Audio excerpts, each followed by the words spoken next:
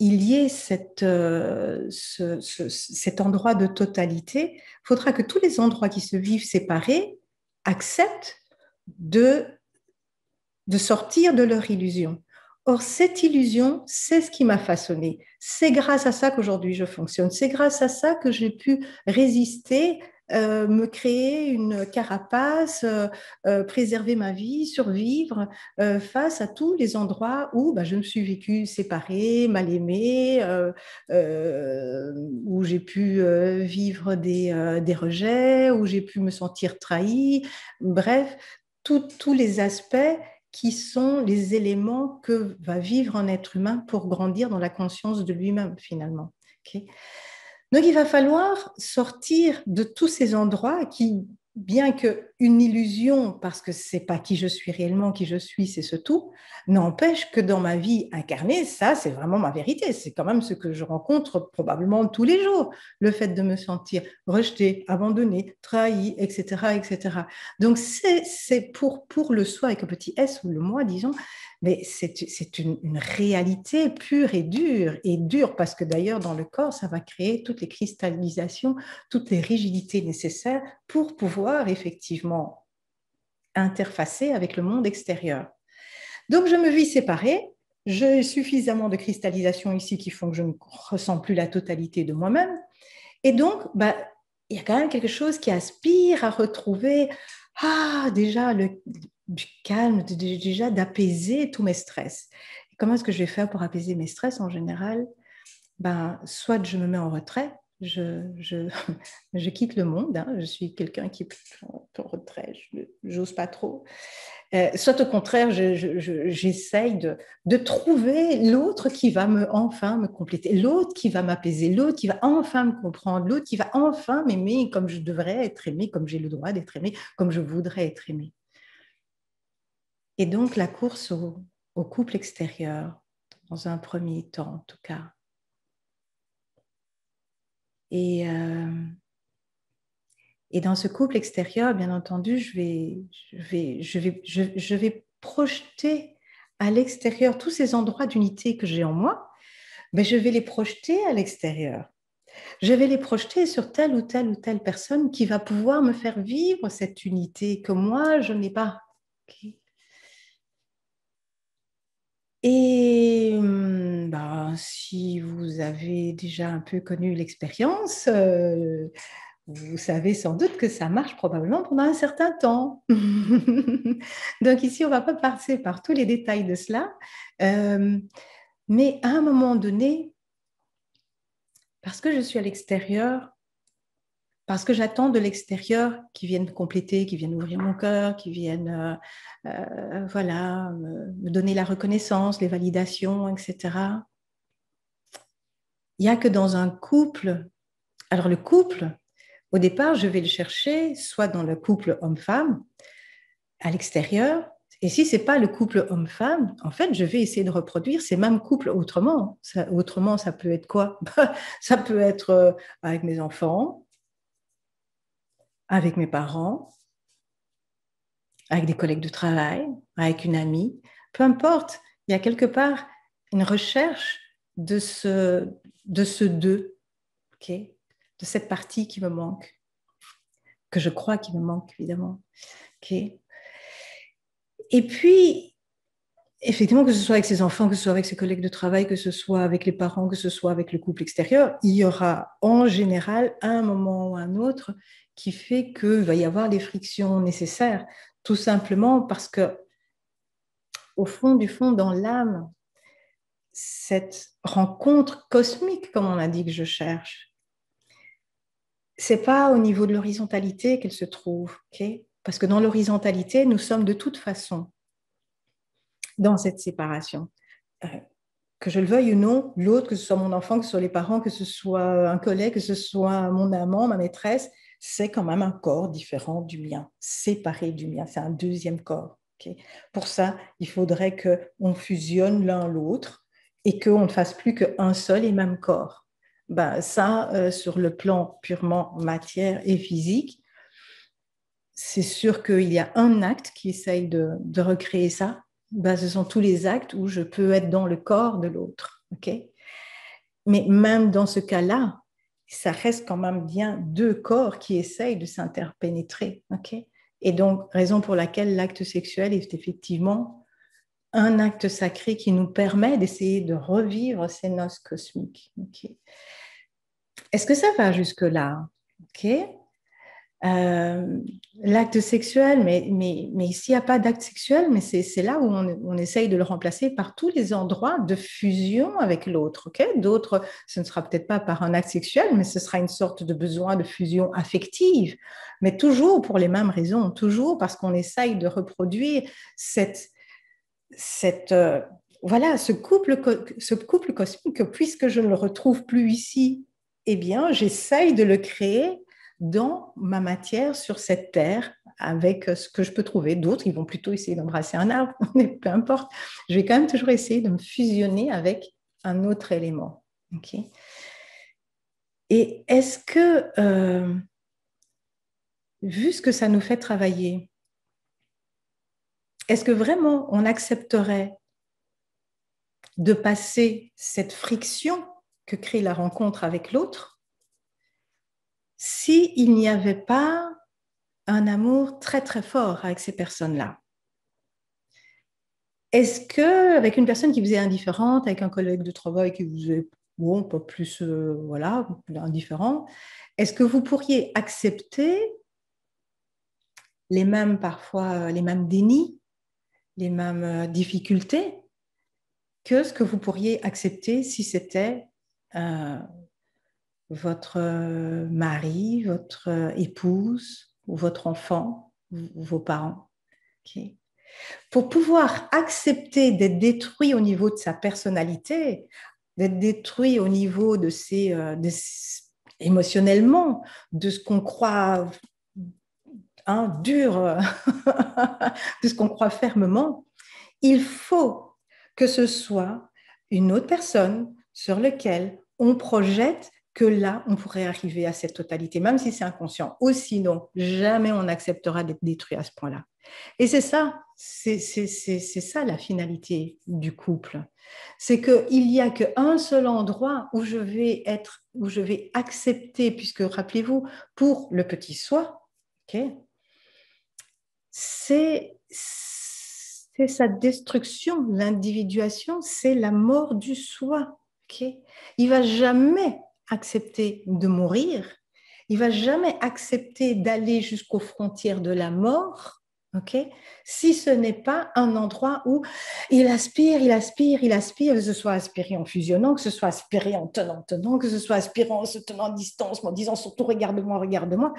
Il va jamais aller aussi loin, jamais aller aussi loin s'il n'y a pas quelque chose qui le retient. Et le quelque chose qui le retient, c'est cet espoir quand même de réaliser quelque chose de l'ordre de aime-moi, aime-moi, aime-moi, aime-moi. Reconnais-moi, reconnais-moi, reconnais-moi. Valide-moi, dis-moi qu'aujourd'hui j'existe. J'existe. Okay. Est-ce que ça va jusque-là? Je vois qu'il y a des... Ok. Est-ce que non-besoin sexuel extérieur peut être le fait d'une fusion intérieure qui nous contente? Bonne question. Oui, oui, oui. Je vais faire un live sur la notion de désir et de volonté. Bon, je crois que ce sera le mois prochain.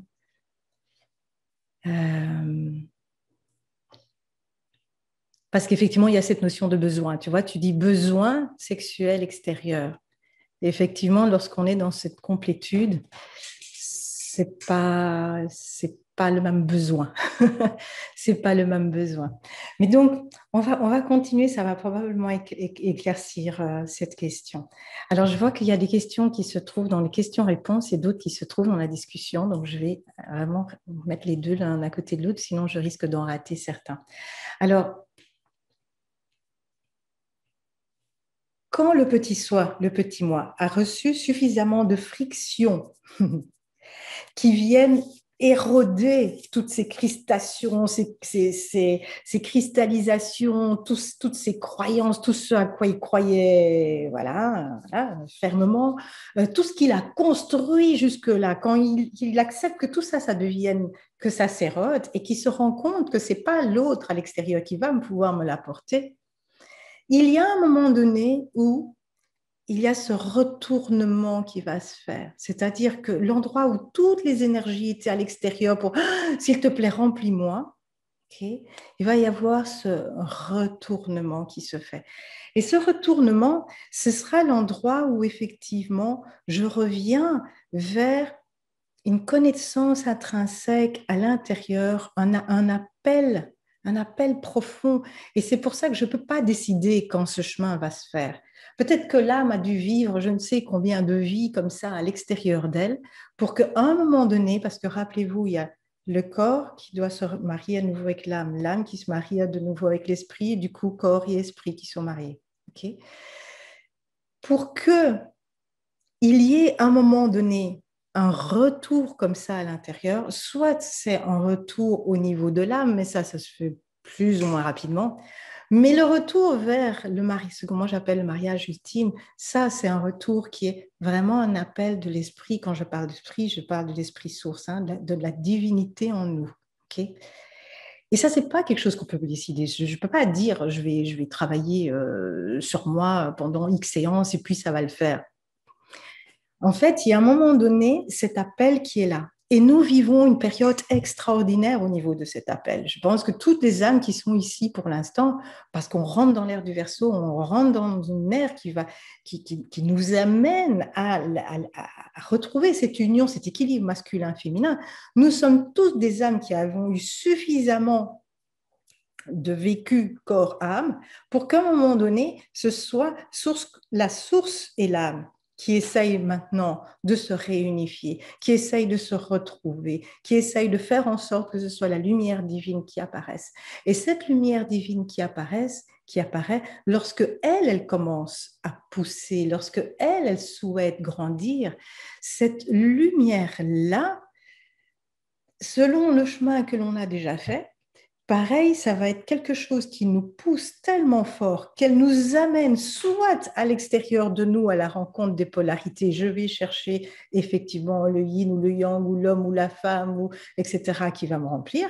Okay, soit il y a déjà eu un certain travail d'individuation qui a été fait, le retournement a commencé, et si le retournement a commencé, alors quelque chose va beaucoup plus chercher en fait à rééquilibrer les polarités à l'intérieur.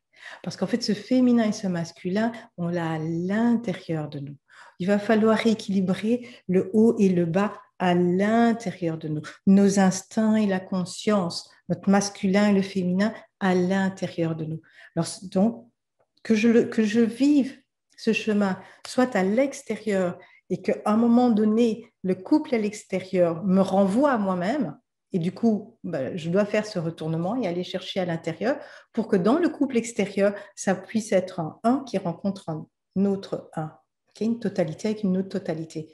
Et s'il n'y a pas de couple à l'extérieur, le même chemin peut se faire à l'intérieur. Okay, et pour qu'il se fasse à l'intérieur, en général, soit oui, ce sont des âmes qui sont encore très très proches de cela, soit c'est des âmes qui ont déjà tellement vécu ce travail à l'extérieur de soi qu'à un moment donné, effectivement, il arrive cette période où c'est plutôt l'esprit source qui a beaucoup plus de force et qui pousse l'âme à faire le travail. Okay, et là, du coup, ça devient effectivement ce qu'on pourrait presque appeler de vieille âme. Mais lorsque ça pousse comme ça à l'intérieur et qu'il y a cette jonction féminin, masculin, parce que les polarités, on va les rencontrer. Donc, ce qu'on cherchait à l'extérieur, et donc très fort dans le corps aussi, nous amenait aussi dans tout ce qui touche aux passions. C'est pour ça, si je reviens, Amélie, à ton besoin, le besoin sexuel extérieur, ok, tout ça va nous amener aux passions. Les passions, ça nous amène à la jalousie, à la possessivité, à la haine, ok.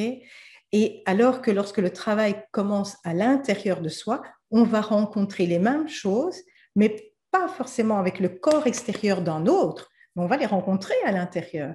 Mais quand on les rencontre à l'intérieur et qu'il n'y a pas un corps de l'autre à consommer, ah ben c'est là que les personnes, soit ils vont consommer leur propre corps, okay, soit plus ils font ça, plus en général, lorsqu'on est à cet endroit-là, on est très mal.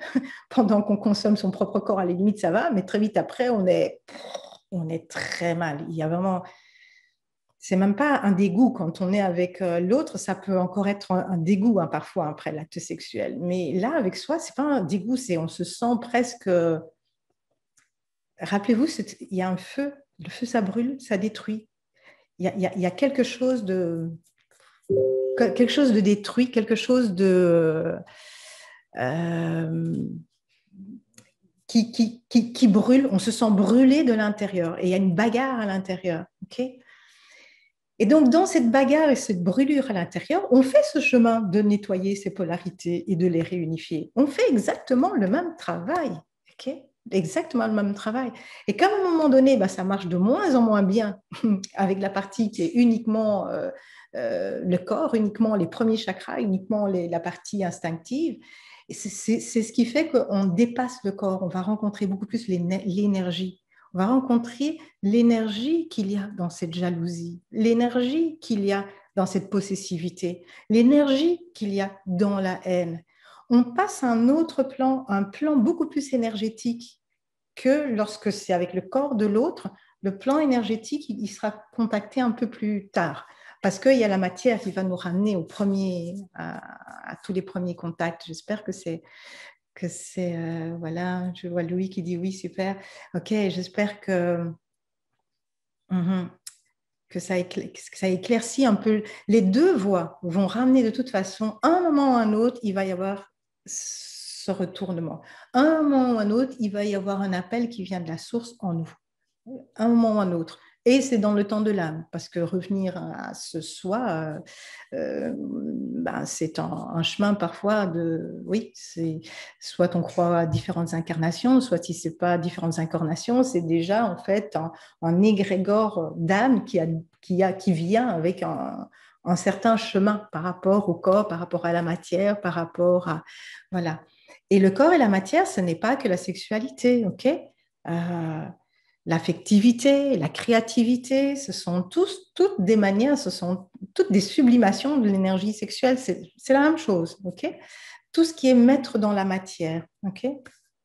En prenant l'autre, que ce soit avec l'affectif, que ce soit avec la sexualité, avec la sensualité, que ce soit mettre dans la matière, dans ma créativité, le principe est le même. C'est toujours la même énergie de vie qui me traverse et qui cherche en fait un écoulement qui, puisqu'il n'arrive pas à être dans un écoulement rapport tertiel, va être dans un écoulement à l'extérieur de moi. Okay, jusqu'à ce que ce soit l'esprit source, où c'est lui qui émane. Et donc, lorsque c'est lui qui émane, il y a quelque chose où, voilà, le petit soi, il est, ah, je dois faire telle chose, c'est à telle heure, et je dois contrôler, ce sera tel jour, et il faut que je fasse ceci, que je fasse cela. Quand ce sera le grand soi, c'est une fois que le petit soi est d'accord qu'il est au service d'autre chose, il sait qu'il n'a plus besoin de contrôler. Il sait qu'il sera à l'endroit où il doit être et que ce sera juste en lâchant prise et que ce sera exactement parfait. N'essaye plus de contrôler la situation. N'essaye plus de contrôler l'autre. Et essaye plus de se dire, il faut que l'autre soit comme ça, comme ça, comme ça, comme ça. Il sait que il y a une source divine là qui le met en situation et aux endroits et dans le temps qui est exactement le meilleur pour lui. Okay, mais plus le meilleur à l'endroit des polarités, plus le meilleur à l'endroit des passions. C'est pour ça qu'effectivement, c'est plus une question de besoin sexuel extérieur. C'est plus le besoin sexuel extérieur qui mène, effectivement. Besoin sexuel extérieur, je dirais, serait comme le feu. Okay, alors que lorsque je parle du grand soi, c'est la lumière qui mène. C'est pas du tout la même chose. Ça parle à mon mode adaptatif de survie-contrôle. Oui. Oui, c'est clair, c'est clair. Oui, c'est vrai, c'est vrai. Seul le petit soi a besoin de contrôler. Dans l'autre cas, c'est un abandon à quelque chose de plus grand que moi. Et avant de m'abandonner au plus grand que moi, en moi, la seule autre manière de vivre ça, c'est d'essayer de m'abandonner à plus grand que moi, à l'extérieur de moi.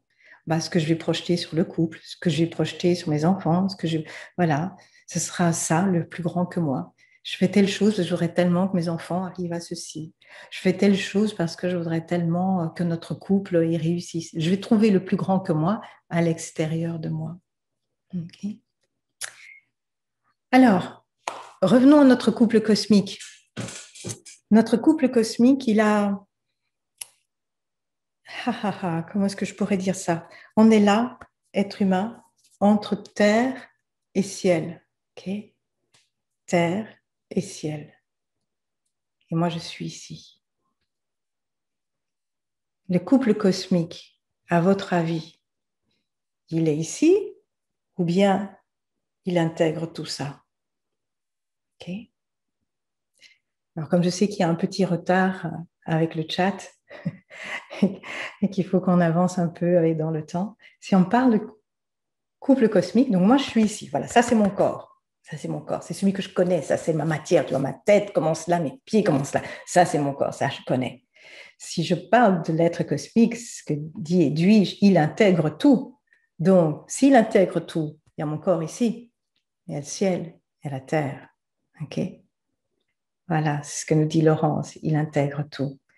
Or, au départ, quand je vais rechercher le corps de l'autre, que ce soit pour de l'affection, que ce soit pour de la sexualité, que ce soit pour ma créativité, je cherche le corps. Okay. Et que ce soit avec le couple intérieur ou le couple extérieur, ce n'est que lorsqu'on va se rencontrer là et là qu'on intègre le tout. Mais pour ça, il faut que je sois effectivement, que j'ai commencé à passer à une vision de moi qui est autre que matérialiste. Parce que tant que ma vision de moi est matérialiste, je suis juste un corps. Voilà ma tête, voilà mes pieds, ça va juste de là à là. Et c'est pour ça que lorsque le travail est un travail, c'est donc plus que le corps, oui, oui, Laurence, est un travail qui se fait de l'intérieur, je rencontre beaucoup plus vite l'énergie. Parce que je n'ai pas un autre corps à consommer. Donc, comme je n'ai pas un autre corps à consommer, quel est le corps qui va être consumé? Mais le mien. Et rappelez-vous, c'est un feu qui va brûler. Donc, qui est-ce qui va être consumé? Moi. Et donc, puisque je suis consumée, je vais beaucoup plus vite rencontrer l'énergie. Je vais beaucoup plus vite peut-être rencontrer le fait que mon corps, il ne s'arrête pas de la tête à pied. Ça va de là à là. Okay. Il y a quelque chose où je vais englober bien plus que ma matérialité. Et donc, que l'on soit en couple physique ou qu'on a rétabli le couple à l'intérieur, un moment ou un autre, ce couple cosmique existe que parce que j'ai réintégré une totalité de moi qui est au-delà de la matière. Et ça aussi, c'est quelque chose que la période que nous vivons actuellement, où nous ne pouvons plus aussi facilement être en contact, distanciation sociale, le fait de oui, de ne plus pouvoir se rassembler, etc. On est en train de vivre sur un plan collectif une situation qui nous oblige à enfin nous découvrir autrement que juste le corps matériel auquel on croit qu'on appartient.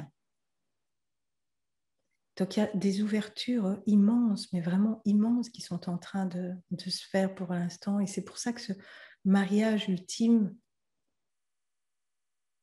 est vraiment quelque chose que la plupart des âmes qui sont venues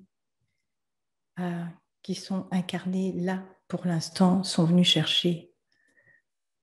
Intuitivement, il y a quelque chose qui se rappelle dans leur âme qu'ils ont ça, qu'ils sont ça, qui sont venus pour incarner cela ici et que c'est possible, en couple ou pas en couple, mais la notion de couple va être différente. Ok. Ah là là, corps émotionnel et spirituel, nous dit Amélie. Ouais. Oui, il y a tellement, tellement, tellement, tellement de choses à dire à ce sujet. C'est pour ça que pour aujourd'hui, je préférais que l'on vive des expériences où on puisse danser, on puisse un peu bouger et on puisse faire ce soin de guérison parce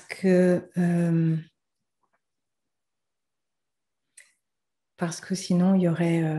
oui, il y a tellement à expliquer. Peut-être je peux terminer sur une chose qui est la symbolique. Est-ce que certains d'entre vous connaissent un peu... et parler, c'est aussi rester dans notre mental. Oui, c'est vrai, tant que le mental est séparé du reste. Je parlais de ça tout à l'heure. Vous savez, les polarités. Nous, on a bien développé une société où le mental, le petit mental, hein, pas le mental supérieur, on a bien développé le petit mental. Et donc, il faut qu'il soit séparé de l'émotion. Si tu es dans l'émotion, par exemple, non, non, non, non, non, tu peux pas être dans le mental. Si tu es dans le mental, tu peux être dans l'émotion. Et il y en a plein de séparations comme ça. Okay. Et du coup, on est venu dans une société où on s'imagine que si on parle, on est déconnecté, on ne ressent pas. Mais c'est ça tout l'enjeu. Il faut revenir à une parole authentique, une parole qui sera intégrée ici, et si elle est intégrée ici, si elle est congruente, tu ressens, tu es dans tout, il n'y a plus de séparation. Et c'est ça qu'il faut retrouver. C'est tout un chemin où on va devoir sortir de toutes nos polarités. Ok, si je danse, je suis pas dans la tête. Si je suis dans la tête, je suis pas dans le... C'est des séparations. Et tout ce qui est séparation, c'est tout sauf l'unité. Ah là là, oui. Donc, on va continuer avec ça. Donc, j'aimerais vous dire juste un petit... Alors, sans doute, la période du moment nous demande de nous affranchir de nos peurs, de l'inconnu. Oui, c'est exactement ça. Et alors, s'abandonner à l'inconnu. Et s'abandonner à l'inconnu, c'est ce qui fait peur. C'est ce qui fait peur. Et le petit soi, il n'aime pas aller vers ces endroits-là. Alors, je vais terminer avec un petit exemple. Le petit exemple que je voulais prendre, vous savez, dans la plupart des mariages, il y a un autel. Okay. Il y a un autel et les mariés vont se présenter devant l'autel. Okay. Si on prend le mariage qu'on connaît un peu plus souvent en Occident, okay, qui est ce mariage, pour mariage dans l'église, voilà, avec la belle musique et tout, comment ça se déroule? Vous avez le marié qui est à l'autel et vous avez la mariée qui, à la porte de l'église, va rentrer. En général, c'est son papa, hein, c'est le père qui sera à son bras et qui amène la fiancée au marié. Est-ce que vous connaissez la symbolique de cela? Est-ce que vous avez déjà entendu parler, en Orient, par exemple, on parle de Sushumna, on parle de Ida, de Pingala. Est-ce que vous avez déjà entendu parler de cela? En fait, la symbolique de cela, c'est quoi? C'est donc, vous avez le masculin qui est là à l'autel, vous avez le féminin. Le féminin qui va faire tout ce chemin le long de l'axe de l'église, okay? L'axe, la voie directe, Sushumna. Okay? Et celle qui représente le féminin, qui est amenée par le père, en fait, symboliquement, ça représente le père, mais aujourd'hui on dirait père-mère, hein, mais c'est l'endroit, c'est cet appel de l'esprit divin, c'est cet appel-là qui fait en sorte que la partie féminine rejoigne la masculine, que l'énergie rejoigne en fait la conscience ou énergie et conscience qui doivent à nouveau se marier. Et le chemin, c'est quoi? C'est réveiller l'énergie, le féminin qui représente en général effectivement cet aspect-là. Okay. Et c'est quand il y a un appel à partir du divin que le divin va mettre en mouvement cette énergie. Et c'est pour ça que je vous disais, c'est pas je décide pas avec ma tête quand je vais faire ce chemin. Okay. Ce chemin, il se fait quand il y a un appel du divin source en nous qui va réveiller l'énergie, okay, et qui réveille cette énergie pour aller rejoindre en fait la conscience. Énergie vers conscience. Et lorsque ce chemin se fait, comment c'était dans les églises avant? Il y avait les hommes d'un côté et les femmes de l'autre. Okay. Les hommes Pingala d'un côté, les femmes de l'autre. Ida, pour ceux qui connaissent un peu cette cette partie de l'énergie. Et c'est quoi? C'est en fait masculin, féminin, l'axe central. Et dans l'axe central, qui est la voie directe, en fait, il y a ce chemin de réunion, le masculin et le féminin, les polarités qui vont devoir se rencontrer, qui vont se confronter parce qu'ils sont opposés et qui vont devoir retrouver le moyen de s'harmoniser dans le conflit. Et lorsque le féminin rejoint l'homme au niveau de l'autel, qu'il y a eu tout le sacrement du mariage, etc., et qu'il est marié, alors seulement l'homme pouvait soulever le voile de la mariée. Il soulevait le voile du mystère du divin, il soulevait le voile de la Shakti. En dehors de ça, quand les deux ne sont pas encore rencontrés, on n'a pas accès à ce mystère. Et où est-ce que les deux se rencontrent au niveau du troisième œil? Je vois que Laurence me dit qu'elle ne connaît pas. Oui, et ici, ce sera trop long pour que je vous l'explique. Je vais juste peut-être, je vais voir si je peux vous faire un partage d'écran et vous montrer. Vous pouvez peut-être aller le revoir après, même s'il n'y aura pas toute l'explication. Si vous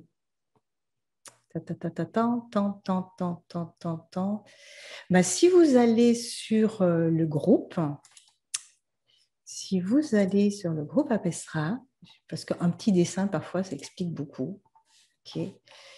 Est-ce que je peux vous partager peut-être l'écran? Je vais vous enlever ceci et vous enlever cela.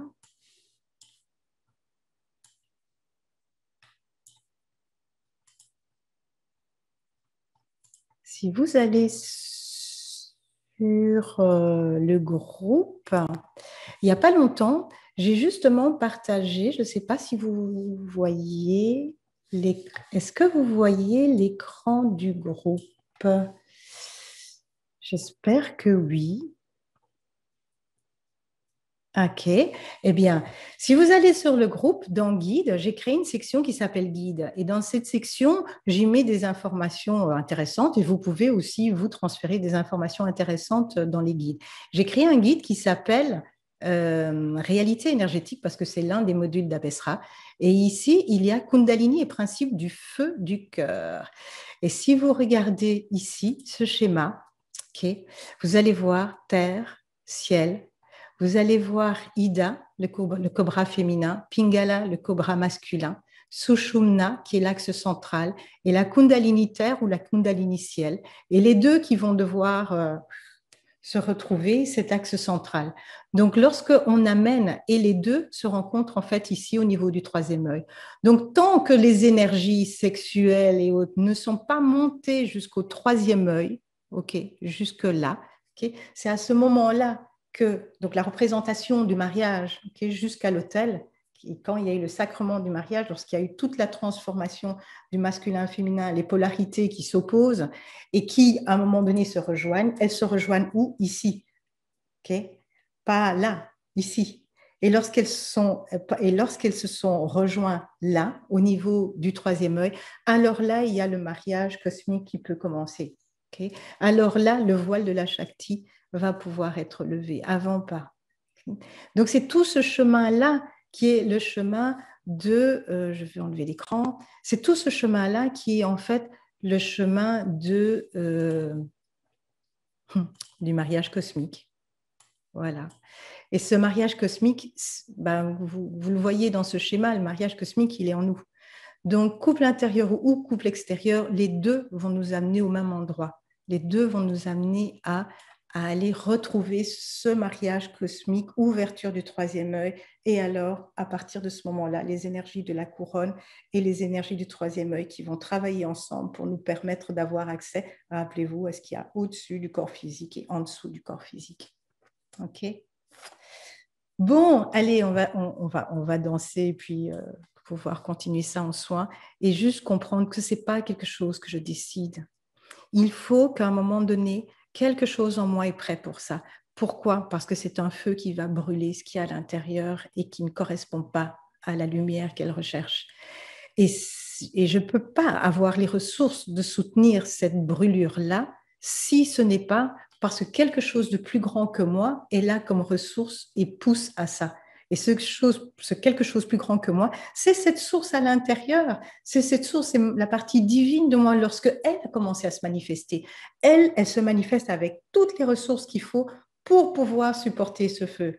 Parce qu'elle est la lumière de ce feu, elle intègre ce feu. Donc j'aurai les ressources pour. Donc je ne peux pas décider, donc vouloir absolument réveiller ça quand ce n'est pas le moment. De toute façon, on va s'ouvrir ce qui est prêt pour nous, ce qui est OK pour nous, ce on peut soutenir de feu en transformation en nous. Mais voilà.